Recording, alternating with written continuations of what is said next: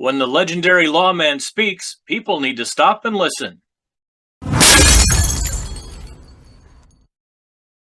everybody. I'm John McLaughlin. Welcome once again to another Warrior Wednesday, and a guest we've been trying to get on for a bit, an outstanding police officer, trainer, and kind of the go-to guy across the country for everything pepper spray and non-lethal tools. Chuck Haggard, we call him the legendary lawman from the Topeka area down in Kansas. Chuck, first of all, thanks for joining us, and just kind of bring folks up to date on what you're doing these days. So as you know, I'm still down here in the Topeka area. I retired from one job after 28 years there. Wide variety of things that I did. I was a training officer, firearms instructor, SWAT team guy, chemical munitions guy, things like that. I just left another job, police and fire job, after 6.5 years. Excuse me. I don't know about up there, but ragweed's pretty bad down here. It's horrible right now. Yeah. So I'm still doing training with National Law Enforcement Training Center out of Kansas City, and then doing work with my own company, Agile Training and Consulting. Going to be a very busy month for me. Getting ready to be down at the Guardian Conference in Oklahoma City, and then after that, immediately go to Kansas City, and we're doing a police reasonable use of force week. It's all instructor trainer stuff for police officers so that they can go back to their agencies and instruct through National Law Enforcement Training Center, which is in Kansas City. And then the weekend after that, I'm going to be at the Active Self Protection Conference. That's a fundraiser for Living Water Ranch down by Manhattan. Yes. And I know quite a few people in the area attend that. So that's that one is it's for a really good cause. So I think I'm out of town the next like 6 weekends in a row. So I'm pretty busy. Well, you mentioned the ASP conference down in Manhattan at the Living Waters Ranch, and that's where you've done multiple classes. I took your pepper spray instructor course down there. So how did you kind of become the go-to guy for this stuff across the country? So that starts on the law enforcement side, because if you go into the 80s, when I started to be a cop, cops back then carried revolvers, and we had gun belts and holsters made of actual dead cow. I know that's hard to believe now, but that was the thing. So everybody carried a 38 or a 357 Magnum for the most part. And we had handcuffs and a big stick or a big flashlight, and that was it, you know. And then about, if memory serves, about 1989, the FBI started pushing the idea that pepper spray was a good idea. And a lot of people, you know, the FBI now doesn't have the best reputation with the way things are going in politics, but a lot of the stuff they come up with, like our modern jacketed hollow point ammunition testing, is actually, you know, world-class, top-notch. So their research they had done on pepper spray was actually very legit. My department started a test program. We were about 320 officers between full-time sworn officers and reserve officers, things like that. And we started a test program with 10 officers to get OC on the street and see how it worked out as far as arrest and control. A buzzword nowadays is everybody's pushing de-escalation. And a lot of people think that de-escalation is just some magic words like Jedi mind trick. Right. You're going to give people a hug and a bunny, you know, whereas I submit to people what I teach in classes is, if you have a certain level of force that would be used and you use a lower level of force to control the situation, that is also a de-escalation. And a classic example would be when beanbag munitions came out. They were used in several high-profile events where you caught these things on camera, where they had a standoff. Like in Seattle, they had a guy with a samurai sword that was swinging it on a street corner. Right. They ended up using the beanbags and things like that to disarm this guy that may have been shot in earlier times. So what we were trying to do was show or see if the pepper spray was going to work to reduce the level of violence in arrest and control scenarios that were below deadly force. And back then, a lot of bad guys wanted to fist fight. They would try to fight the cops. And the thing about going hand to hand is and I'm not shy about that. Like I've got a wrestling, boxing, jiu-jitsu background, but a lot of times when you get into a fight and it's not in a mat room or a dojo or a ring, everybody gets hurt because you go to the ground, you're doing jujitsu in the gravel or on the pavement, everybody's getting road rash, and you end up with if they're bleeding or you're bleeding, you have like blood exposures, things like that. So what we found very quickly was the pepper spray often, it's a quote that I stole years ago, took the fight out of the fighter. So it would reduce the level of violence. And we quickly found that we had a reduction in bad guys going to the emergency room to get fixed up after a fight. And then we had a reduction in officers suffering work comp claims or becoming injured and then having to file a work comp claim. So all of that saves tax money, which is a good thing. The fewer people you hurt, even if it's completely legitimate, the fewer people you hurt, the better off everybody is. Budgetary wise, the reputation of the department, claims of excessive force, things like that. So all of that dropped with the introduction of pepper spray because we quit having to punch people or hit them with a nightstick or something like that. Nearly as often. So my experience at the police department, very, very busy police department with a high crime rate in our town. And I had several hundred uses of pepper spray in real life. And as a trainer through National Law Enforcement Training Center, I would teach OC instructor courses for law enforcement officers. And some of that is different courses, or I'm not a big restricted course kind of guy. Like cops need to know some ninja secret that the concealed carry people don't need to know, or quote unquote civilians, even though cops are civilians too. Right. But I don't think most people care. Like a concealed carry person might want to know how to use OC, but you wouldn't even care what's a good way to write that into your policy, or post-care use in an arrest and a control situation. It's just a completely different animal, law enforcement between self-defense. So I've been teaching law enforcement training courses on OC spray for well over 20 years, pushing 30 years. And then as I got towards the end of my career, I was doing training. Most of my training was in the law enforcement world, and just by the nature of the beast. And if you go back into the 80s and 90s and things like that, there wasn't a lot of, concealed carry culture and that sort of thing. If you just look at the gun world, originally you had Jeff Cooper's gun sight, you had Ray Chapman, and if you wanted to learn how to use a handgun combatively and you didn't go to those two places, you had to join the Army or join a police force or something. So, a lot of this has developed over the past 30, 40 years, So anyway, I got asked to do a class by Tom Gibbons at the famous Rangemaster Conference. And that's a large conference. So as a trainer, you want your classes to do well. So you got to have a hook, to get people in. And I thought up the line, something between a harsh word and a gun. And I had thought of that years before because I was arguing that our detectives at my job should carry something less lethal, and they weren't. Most of them had their badge and maybe a set of handcuffs and a gun, didn't even have a reload, and had nothing between fists and a gun, right? And I was arguing it was a liability issue for the department because a guy might get into a shooting that they could have avoided because they had nothing else to fall back on. So, I had said in a meeting with the chief, they really need to have something between harsh language and a gun. And anyway, so I put that as the hook on my class, something between a harsh word and a gun. And class filled up. It was very popular. And then I got asked to, hey, could you do this kind of training, that kind of thing? I'm also friends with Craig Douglas, Paul Sharp, Larry Lindeman, the guys from the ShivWorks Collective, Cecil Birch, all very well known trainers. And Craig is a master of naming things. He's a wordsmith.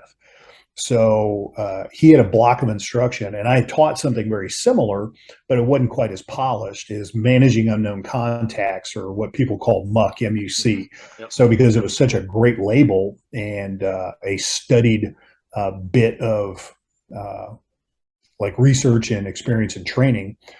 With his permission, I use that terminology for what I teach to contextualize these street encounters and where these less lethal options fit into what you would normally think is the self-defense or the concealed carry world, separate from like what cops have to do.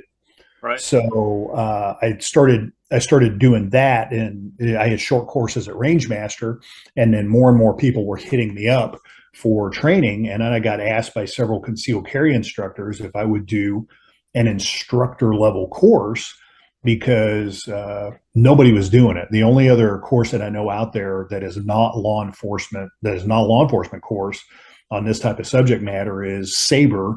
Right. OC spray, and they make great OC spray, but when you're doing their class, it's going to be a very manufacturer specific class. Mm-hmm. So I came up with a class that had nothing to do with specific brand names or anything like that. It's a broad-based knowledge of viable, less lethal options for people who are concealed carry, or even people who are not concealed carry people. Because I get people all the time I do training for, and it's something like, well, my 18, 19-year-old daughter's going off to college, and right. I want her to have some training and some option to defend herself. But also I get a lot of concealed carry people because they realize in today's politics and the legal world, and you got activist DAs and things like that, if you can avoid a shooting, you probably really should avoid a shooting, because even a good, quote unquote, good shooting is probably going to cost you 6 figures in legal bills. Yep. So my training paradigm is it's a non-law enforcement class that I do, both at a user level and an instructor level, and I integrate viable, less lethal options. What can you actually count on? What's viable for people? And for most people, that answer tends to be pepper spray. And then how to use it effectively, how to shop for it effectively, because there's a lot of crap products on the market that you can buy that won't be effective. So you'll think you have a capability that you really don't,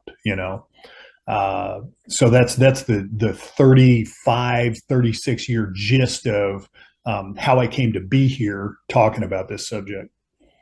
So let's just jump into the crap portion you just talked about.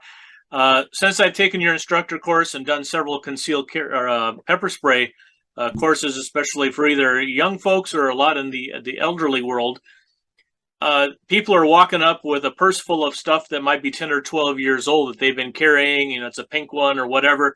So just break it down straight for everybody. What should they carry as far as what should they look for and what should they avoid at all costs? So right off the bat, one of the things that really bugs me about some of this stuff, the marketing, particularly the stuff marketed to ladies. So they'll take a crap product like these little keychain devices that have points on them, like they look like a cat head, or they'll take OC spray and they'll put rhinestones or a pink case on it or something like that. Now, oh, look, it's for the ladies. It's really demeaning as far as the marketing, and it tends to be subpar products. Like little lady can't handle a gun or, a real device, so let's give her this bullshit instead. Right. So she feels better about it, it's just really, I think it's insulting how some of these companies treat the ladies. So things we look for in pepper spray include one, a good brand name, Sabre, Palm, POM, two of the best makers out there. There's some other companies that have products that I can recommend, but they also have products you want to avoid. Defense Technologies, since they have been purchased by Safariland, makes a quality product. Some of the Mace products can be okay, and those tend to be very available in a wide variety of places, like an Academy store or Walmart. So what we're looking for is actual OC spray, oleoresin capsicum. You want to have a product that tells you the major capsaicinoid content, or the MCC, of what's in it. And a lot of them won't tell, like the pink case blinged up stuff that they try to sell to the ladies will have disinformation or no information on it. No information on the major capsaicinoid content, or they'll have really outrageous claims. I saw one, Damsel in Defense brand, and it claimed to be 18% pepper spray, which is Wow. simply impossible. Simply Right. impossible, because if you had that much OC in the can, percentage-wise, the nozzle would just clog up and the Right. canister wouldn't even work. Yep. So, your major capsaicinoid content. And what I tell people is what I like is somewhere between 0.7 and 1.4. That's actually the 1.3, 1.4 stuff like Palm and Saber make, Right. actually very powerful pepper spray. One of the misinformations that is out there, and I see it all over the internet, people talk about bear spray. So Mm-hmm. what is bear spray? Bear spray is OC, oleoresin capsicum. It is in fact pepper spray. And I'll see people on the internet claim, well, bear spray is less powerful than like police strength spray, which is ludicrous because Right. it's sitting, the EPA, FDA control that. There's federal regulations on because it's an animal repellent. So bear spray is typically at 2% major capsaicinoid content, which is a very powerful spray. And they don't go above that because you have a mixture much more above that, problems with nozzle clogging. So if 2% works on bears, it works pretty good. Yeah. The flip side I've heard people say is you can't or you shouldn't or it doesn't work to use bear spray on people, which is absolutely ludicrous because it works on bears. Okay. But this exact same active ingredients in people spray, for want of a better term, and bear spray. It's just a very large canister, and nobody wants to carry something this size around Right. in their pocket Yep. when you can have something that is more, like one of the palms that'll fit on just like that, a pocket clip or a keychain or something like that. So the other thing is, do you have an expiration date? Because if you don't have an expiration date, you don't know, is it a fresh product, things like that. All of our defensive tools should be cycled through. If you're not doing it, your defensive ammunition should go, you should shoot up your defensive ammunition and cycle it out at least once a year. What John was showing you guys was stamped on the bottom of the palm canister is a little ink expiration date. Mm-hmm. So Saber will have it on the paper label that's on the outside of the can. But if they don't tell you the major capsaicinoid content, they don't have an expiration date, then the product is bullshit. Right. It's not something you should buy or count on at all. And unfortunately, there's a lot of bad product junk pepper spray on the market. And one thing I see is it'll say Scoville units, and it'll have some crazy high Scoville label. That was kind of the early pepper spray before everybody got into the MCC content. So look for 1.3 to 1.4. Your bear spray's 2.0. Basically in that range, you got a pretty good probability of success. Yes, very much so. And I've seen, every once in a while, like I have a friend that travels, and what she will do is she'll be at a place. She's kind of a troubleshooter for a major company, and she'll go to a place like, I'm going to fly wherever and be there like 2 weeks. So instead of trying to travel with stuff all the time, what she'll do is get there, and then she knows what to shop for. So she'll hit a store and like Walmart or Academy or something like that, Bass Pro Shop, whatever. Right. And she'll pick something up. And if your product is at least 0.7 or 0.8, you're doing pretty good. My early experience with pepper spray was with a product called Capstun, and we didn't know it back then, but that was about a 0.8 major capsaicinoid content. It was a cone-shaped spray that was pre-Tasers, so the solvent or what people think of as a carrier, the liquid carrier, was isopropyl alcohol. And that product, even at 0.8, was, even though that's less than I would prefer, it actually worked very, very well for us, and it was very effective. We had about a 90% drop in suspects fighting past the point of being sprayed. So they didn't get hurt. The cops didn't get hurt. We quit going to the emergency room for stitches for everybody involved, that sort of thing. It was a very successful experience when we initially started.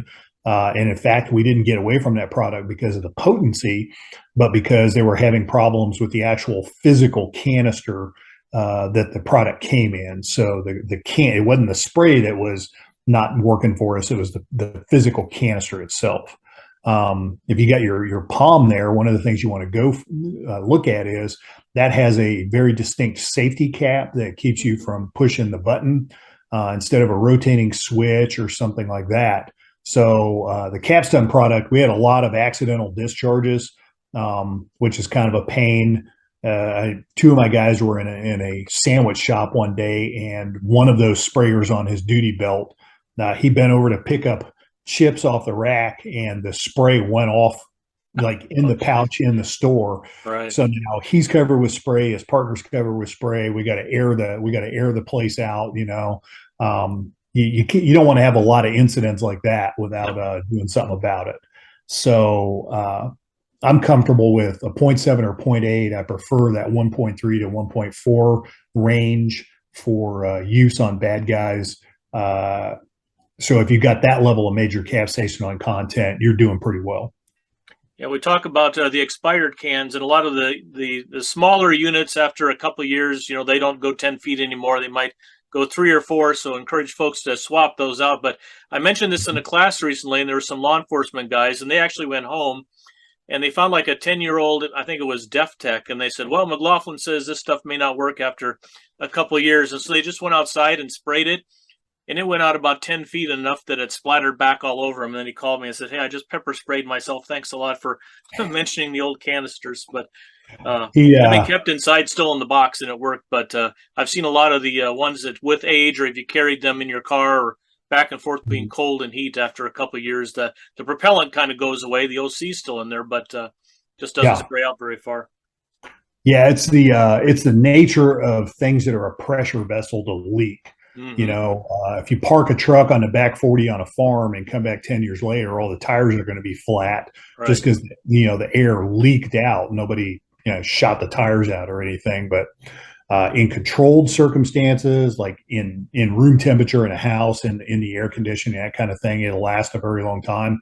But in the conditions that we carry them, out in the weather, in cars, particularly in the summer, because that'll cause greater pressure inside the canister, it's a good idea to swap that. I don't carry them past the expiration date, and it's a good idea. I typically swap my OC out about once a year, once every 2 years. Yep.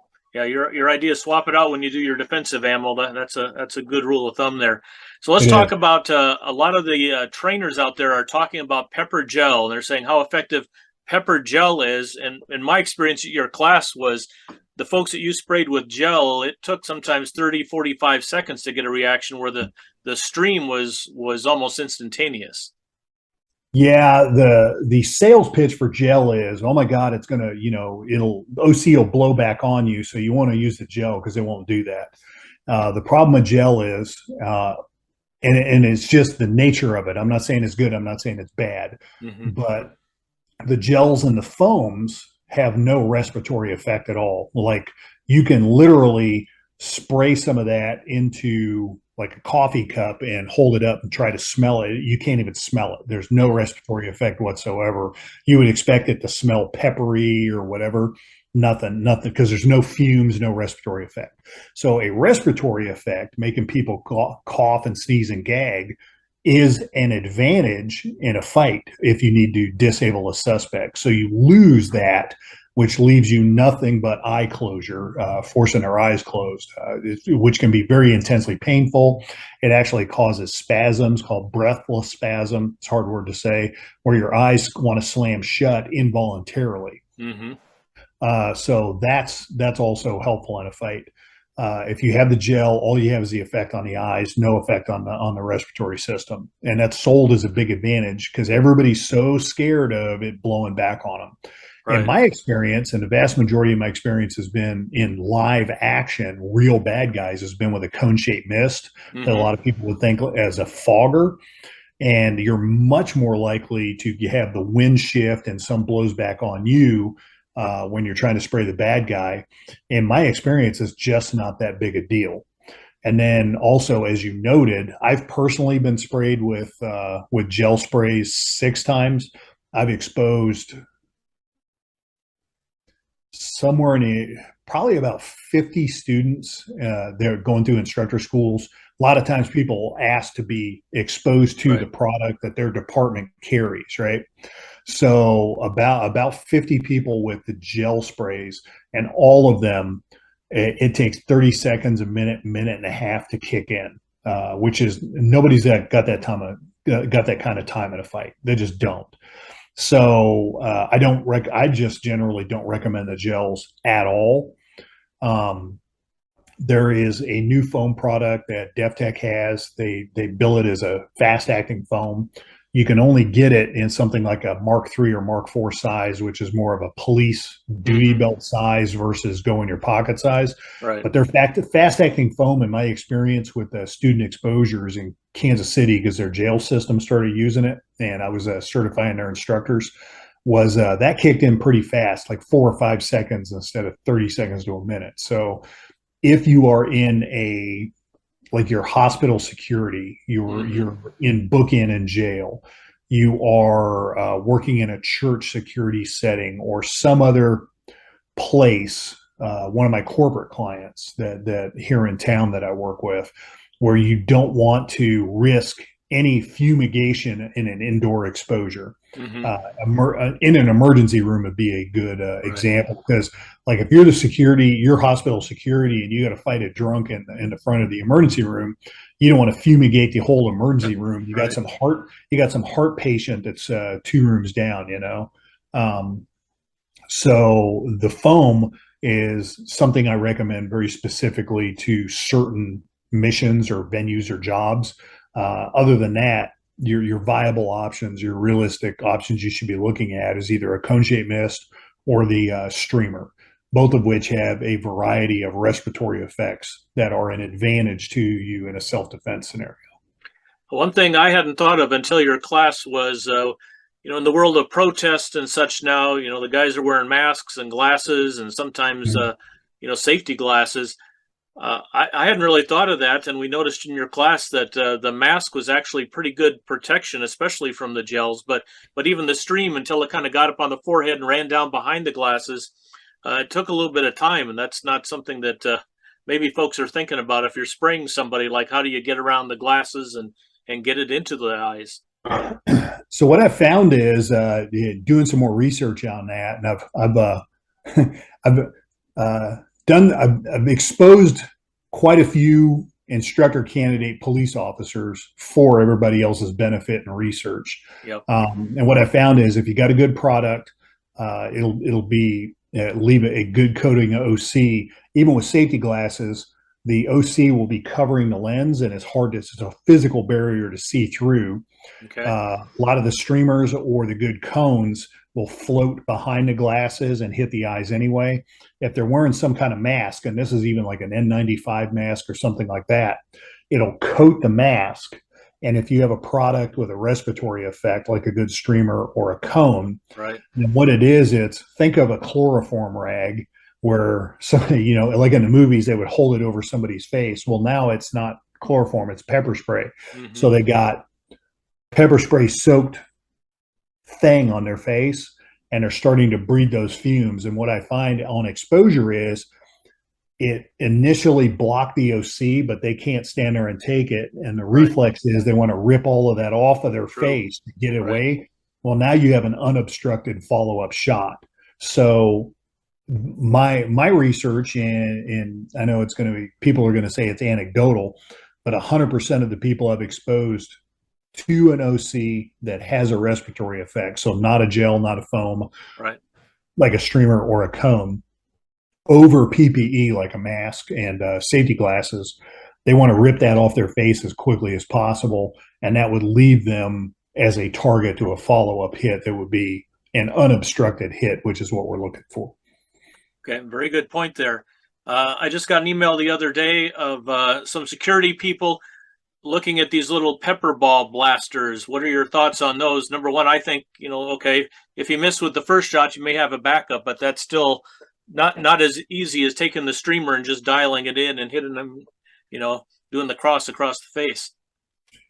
So in a police scenario where you got to stand off of a crazy guy with a knife, you're trying to avoid shooting people, where I have seen incidents where people are barricaded in a car versus a house, Jail settings, they use them very well. The various pepper ball, I know pepper ball is a brand name, but Right. there's other brands out there, but they fire like paintballs, but they're full of OC, either powder or liquid. So what those are made to do, like in the jail setting, what they do is they'll fire them into the ceiling and let it rain down on the guys if they have a fight in the jail or something like that. They'll fire it into the ceiling and let it just drop all over the people, and it tends to like break up the fight. You can also direct fire it because you got that impact on the person, just like a paintball, which, you know, those will leave a welt on you pretty good. So the theory is that between the pain, the impact, and the OC, that the person will change their behavior, like drop the knife, stop fighting in the jail, whatever it is you're trying to solve. I think for a non-cop or jail scenario, that the utility of these things are far more limited. They're made to be extended range things, like utilizing them 20, 30, 40 feet away. It's very difficult to come up with a personal defense scenario at those types of distances. There's a reason why pistol fights in a concealed carry paradigm tend to be at very close range. And if you take Tom Gibbons' range master student scenarios, where, you know, they were robbery or carjacking scenarios, that sort of thing, your typical engagement is within a length of a car. So that's within the realm of a good pepper spray, actual handheld spray working very effectively. Whereas pulling out a pistol-like or rifle-like object and then launching basically paintballs full of pepper spray at people is best utilized at more of an extended range distance. And not a lot of us who are not cops have cause to do things like, I don't know, go find a riot and break it up, or have to break up a fight at a jail, things like that. I would tell you where I would want one is, like, I have a friend that was just staying at Airbnb over in Colorado, and some idiot in the neighborhood has been feeding the bears, so the bears are showing up in the backyard. They're like tipping the trash cans over, things like that. Right. So, like, if I had a bear issue, I needed to haze a bear, thumping him with some pepper spray balls and making him uncomfortable and want to go away and stay out of my trash can might be, you know, something useful. But personally, I haven't found in a non-cop scenario for them to be super useful. And the only one that I can come up with is, if you're a person who wants something for home defense, with a little bit of range, a little bit more range to it, and you're absolutely adamant that you do not want to have a gun, no guns, like guns are off the table, perhaps they could be a useful tool. But on, most of the smallest versions I've seen look like a large handgun, and carrying something around that's, you know, almost as big as a Desert Eagle would be a real pain, I think. Yeah, I remember shooting those at the that ASP conference, and I was kind of surprised that, you know, we were shooting them at a tree, I don't know, 20, 25 feet away, and it was taking the bark off. It's like, if you're trying to use less than lethal, you know, you might end up putting an eye out or something if you had a bad shot Yeah, with one of those things. I As would a civilian. strongly advocate some training for one of those, because you could literally shoot somebody's eye out, which under the legal statutes of most states, death or great bodily harm is deadly force. So if you're not in a deadly force scenario and you take somebody's eye, you might be in serious legal jeopardy there. Right. Well, we'll change courses here a little bit. First of all, at the most recent SHOT Show, visited the Taser booth, and they're still, you know, very aggressive on marketing the Taser brand to civilians. Do you see a role for that at all? You know, outside of maybe church security or something like that? Very limited. My experience with Taser has been, vast majority, of course, has been law enforcement, and I was an early Taser instructor with the old M26. Goes back into I believe, the late 90s. And I've utilized them on the street. Currently certified Taser instructor with a wide variety of the devices that they sell. For law enforcement scenarios, used correctly, they can work very well. But my street experience is, it is very easy to have something like clothing interference, a dart disconnect, or something like that. So you have a single shot weapon that has about a 50-50 Mm-hmm. failure success rate. Yep. So I do have a client that has a reception area where one of the things that they have available, if they have some sort of intruder problem, is the civilian, the non-law enforcement tasers. That I have done training for their people to utilize those, but they're more of a it's more of a site defense type of thing, and have something so that they can try to avoid shooting people at that specific facility. Personally, I mean, they tend to be expensive. They don't last as long as you would suspect. They have about as much duration and durability and support as your average cell phone.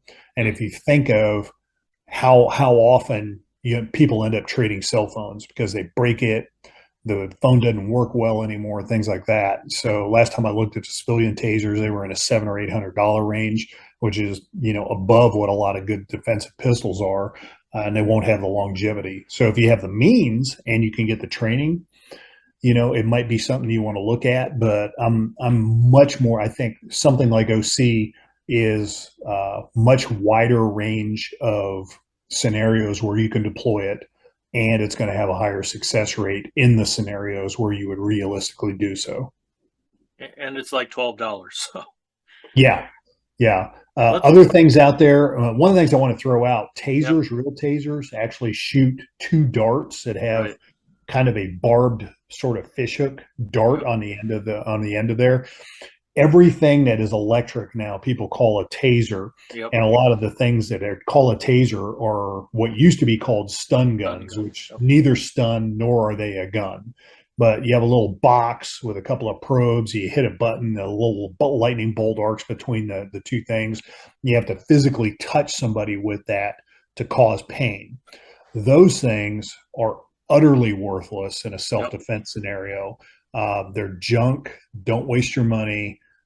There's so many downsides and no upsides to those sort of things.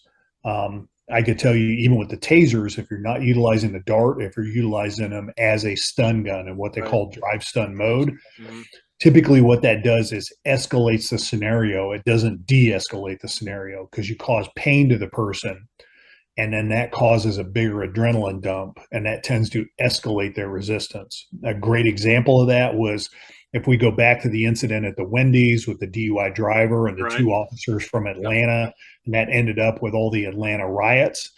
Well, they tried to utilize the drive stun on the taser, and what they did was accelerated the suspect's resistance. One of the officers ended up with a concussion. One of them ended up being disarmed of his taser, and the whole thing turned into a shooting that never should have happened. So stun guns, drive stun with tasers, things like that, utilizing these devices incorrectly can escalate the scenario versus de-escalate the scenario. And kind of wrapping up our less than lethal Kubotans, things like that, civilian world, any role for that?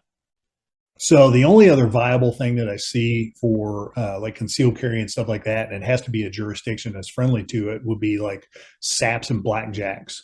And so you have an impact tool that's actually very, very useful if you know how to use it correctly. But in a lot of jurisdictions, they're just outright illegal. They ban them like they do brass knuckles and that sort of thing. Oh, my friend Claude Werner, the tactical professor, that if people aren't following him on his blog site, The Tactical Professor, they should be. It's a wealth of information for not only training viably with handguns and that sort of thing, but also how to stay out of trouble and not have what he calls negative outcomes, where you end up in jail or you have some sort of tragedy occur. But Claude is down in Georgia, and so I know in Georgia, if you have your concealed carry license, it's not just for a pistol. It's a deadly weapon, carry a deadly weapon license. So you can have a pistol or a Bowie knife or, a SAP or blackjack, and you're covered under their system. However, here in Kansas, blackjacks you can carry a handgun legally, but there's no legal way to carry a blackjack or SAP, which makes no sense to me, but that's the way the law is written. Mm-hmm. I think it goes back to, most people don't know, in the late 1800s, we had a robust concealed carry culture all over the United States, and then laws started to hit that cut into that. But back in the day, if you looked at who were the cutthroats and hoodlums and things like that, and the type of devices that they used to perpetrate things like muggings, it was saps, blackjacks, brass knuckles, sand clubs, shivs, shanks, daggers, dirks. And if you look at the laws in a lot of states, they would specifically ban those items. Mm-hmm. So here in Kansas, it's still got some of that Old West archaic language, whereas Georgia and Texas, I know that you can legally carry a sap. So that is also a viable option if you want to have something as a personal impact weapon tool that you could utilize if you need to. But Kubotans haven't found to be very useful. And then so much of the AirSat stuff, like one of the things I'll tell you, the thing that they market the ladies all the time is some sort of tool, or just take your keychain and, put your keys Right. between your fingers and utilize that as it completely ineffective, very likely to injure you. Mm-hmm. And then it's just not going to work in a fight. So things that I know work: good handguns, good pepper spray, saps and blackjacks. Those are very, very useful tools in a non-cop defensive paradigm. So the best way to avoid a fight is avoid a fight, right? It is. That gets into another portion of your teaching. You mentioned Craig Douglas earlier at our ASP National Conference. Just kind of give us a brief overview of pre-muck and how to avoid the things that this SHIT doesn't look right. Yes. So the whole muck paradigm is basically, what does a criminal assault paradigm look like? What is the common ways that good people are victimized?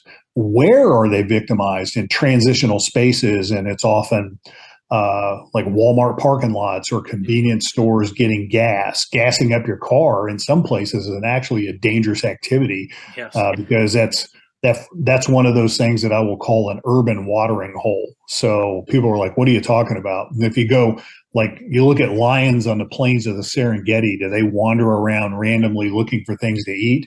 Or do they stake out the water hole and wait for things like the zebra to show up so they can attack them? So these urban watering holes, convenience stores, gas stations, anything with a parking lot, like Walmart grocery store, things like that, bring people to these transitional spaces where they are up for victimization if a criminal is out there looking for a victim.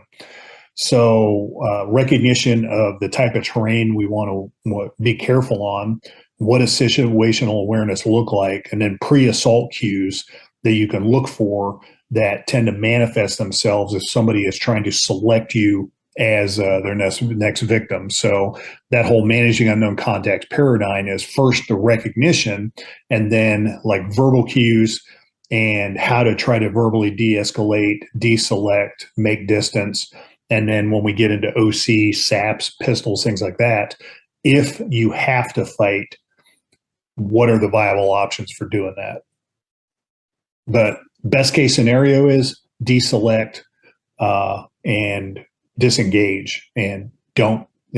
If you read your Art of War, Sun Tzu is a smart guy. The easiest way or the best way to win a battle is not fight it to begin with. Exactly.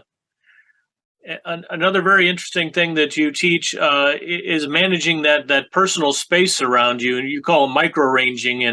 And I've used that, and people are amazed where, an extra 6 or 8 inches of distance between you and the person that's trying to bum $1 off you or something, could be the difference between, life and death or injury. Yep. Yeah. A lot of people don't appreciate or don't understand like ranging, and ranging can be a danger cue. If somebody is, if we're friends and we're talking, I'm going to allow people into a certain space, or family members, or, your spouse or boyfriend, girlfriend, whatever. Whereas strangers, that interpersonal space is going to be much larger, and in fact should be, and a recognition of the dangers of somebody trying to close that range to where you are victim. You could easily be victimized by something like a sucker punch. Yeah, for sure.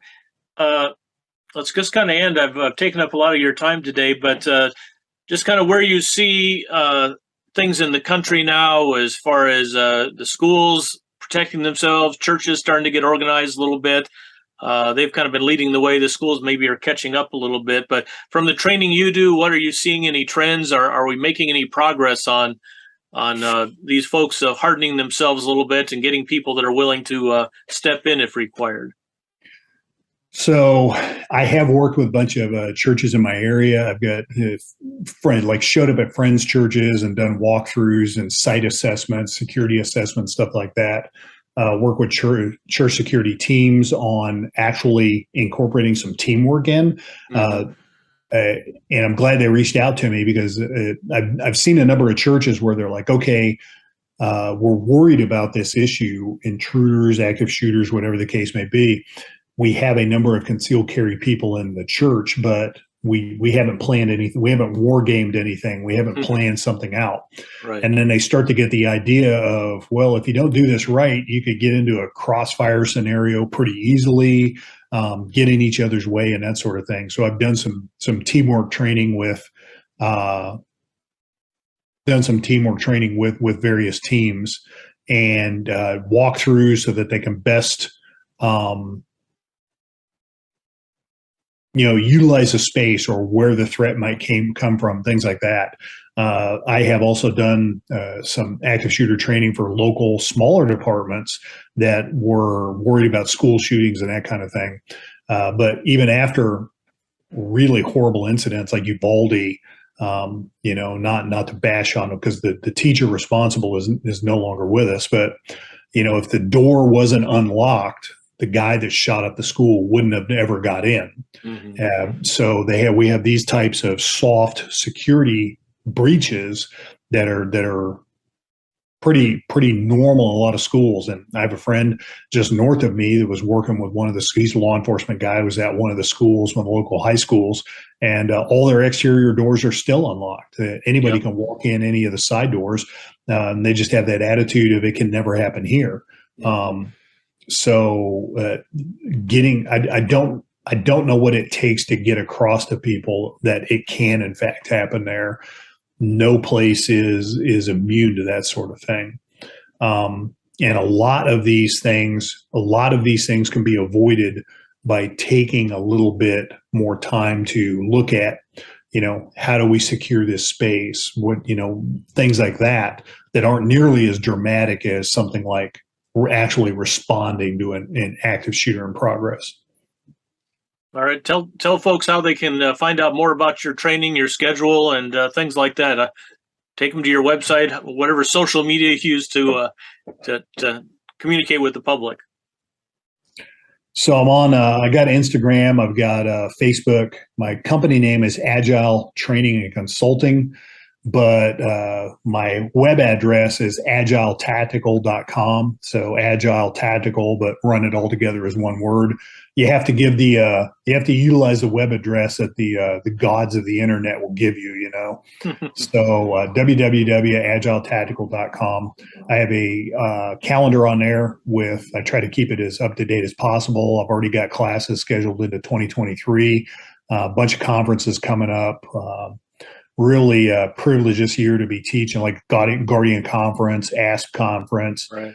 One of my mentors, Doc Williams of Tactical Anatomy fame, asked me to help him teach a class down in Oklahoma in October. So that's a Tactical Anatomy instructor course. I'll be teaching at the famed Gunsight Academy in November. So that's a real privilege and honor to be teaching at such a legendary school. And then got a bunch of other stuff coming up this year and into next year. All right. Well, we appreciate your time today. Never got into the whole Legendary Lawman story, but folks can Google that and find out more. But we sure appreciate your time, everything you've done. Thanks for showing up in Des Moines. And just a real brief recap. I met Chuck through Pat Rogers, who I met through Keith Romp at the Polk County Sheriff's Office at the time. So it's a small world and a lot of good people there. Thanks for having me on. You bet. Take care, and we'll be in touch soon.